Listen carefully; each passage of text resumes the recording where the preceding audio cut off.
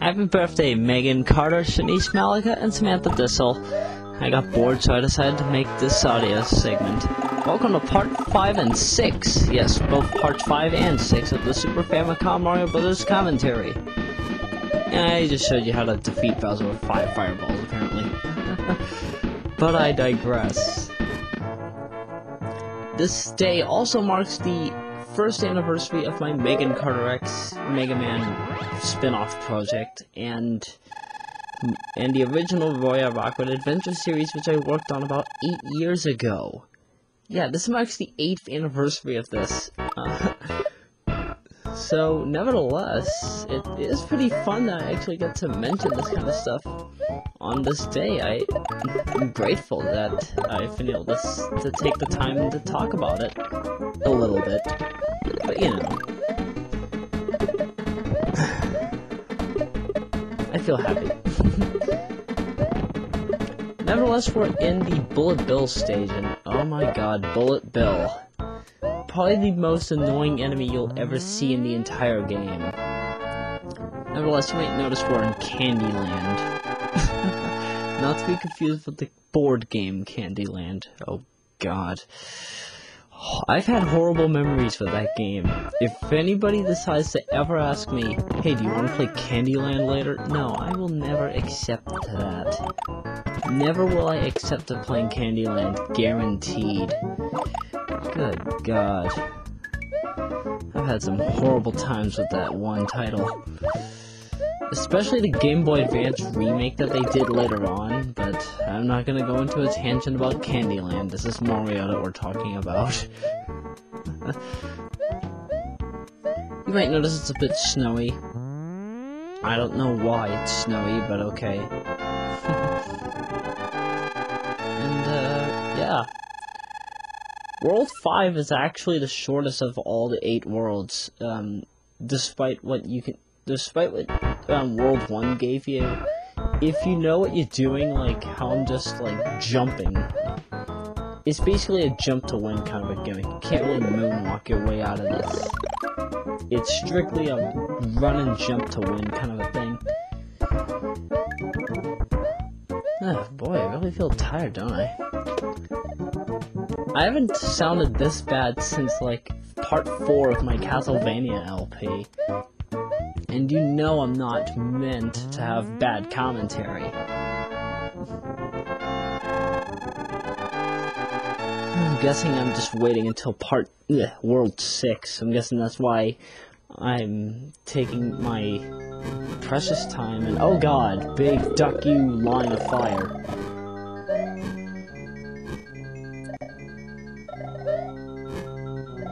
I won't lie, these lines of fire actually do get annoying, and, is this the World 2?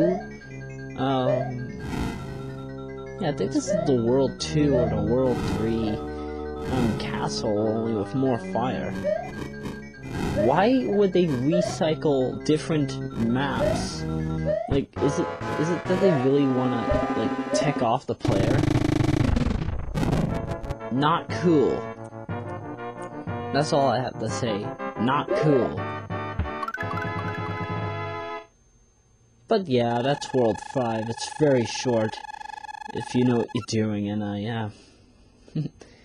Now comes the most ridiculous world in the entire game. The world where all the piranha plants are, and whatever the name of the cloud guy is. And yay, I finally killed him with a fireball. If you could jump on him or kill him, it's possible. Timing is key, though. And I assure you, moonwalking to win will not help you here, despite how I'm kicking anus doing it. However, this enemy, if you jump in the wrong time, he reeks of anus. He'll literally hurt you out of nowhere, and it's a train wreck to try and get back that fire flower, I stress, especially in World 6. Because you'll see, coming up, there's, like, this big line of piranha plants in pipes, and it's just impossible to do it. By the way, I found out, about the fireworks gimmick. Not many people know about this. depending on the amount of your score, make sure you have a multiple of the same amount of coins. Oh yeah, here's the Piranha Plant World. Yeah, make sure you have the same amount, like, a multiple of whatever your score is in the value of coins. Then wait for the multiple of... What am I doing here? Wait for a multiple or a factor when the time reaches that number, and then you will get some fireworks depending on that number. Like, for example, if I had like an 11, like if I had like 1100, then I could get like 1 coin, and then wait for the timer to end with the number 1. Or wait for it to say 101, and then when I jump on it, I can get an easy 1-up and fireworks. But the fireworks depend on how many numbers remain at the end of the digit, obviously. At the end of the number itself. What you just saw there was an easy shortcut to get through, like, 3/4 of the level almost immediately.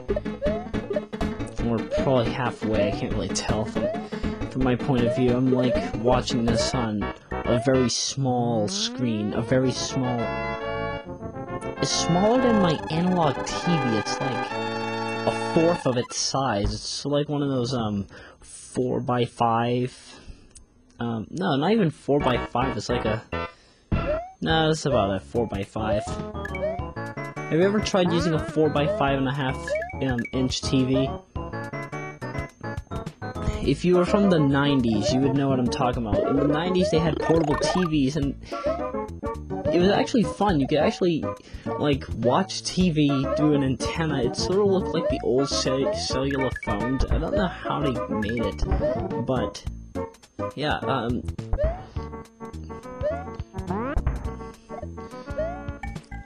A good friend of mine, she had a what's the word I'm looking for?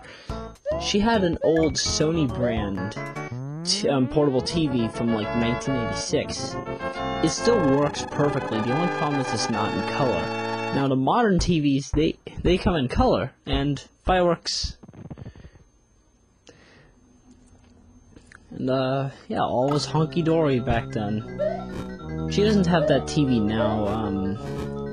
Sadly it broke because the adapter or something in the power engine like blew out, so she had to find another one. Sadly though, the adapter and the screen itself did not work. The radio worked, but the TV did not.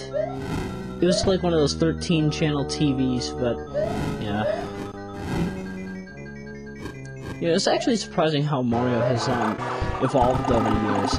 For the Game Boy, oh yeah, hammers. For the Game Boy, there were 3 games known as Super Mario Land, and then Super Mario Land 2, and then Wario Land. And those 3 games were pretty fun in my opinion. I loved playing the Super Mario Land titles. One funny thing about the game, though, the first Super Mario Land, I somehow was able to download it onto my TI-84 calculator before it, like, just crashed on me. And surprisingly, you'd be amazed by how it worked. I mean, playing Super Mario Land on a TI-84 calculator is just amazing, the way they did it. I mean, you use the Y equals button, and I believe the trace button, or the trace and the graph button, and a directional pad. And they got the layout for layout, coin for coin, box for box, enemy for enemy. It was perfect. I loved it.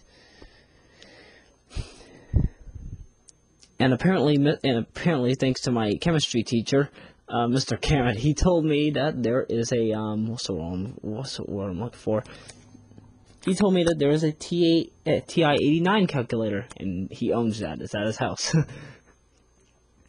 However, I've never seen the TI-89. Hopefully one day I get to try that out.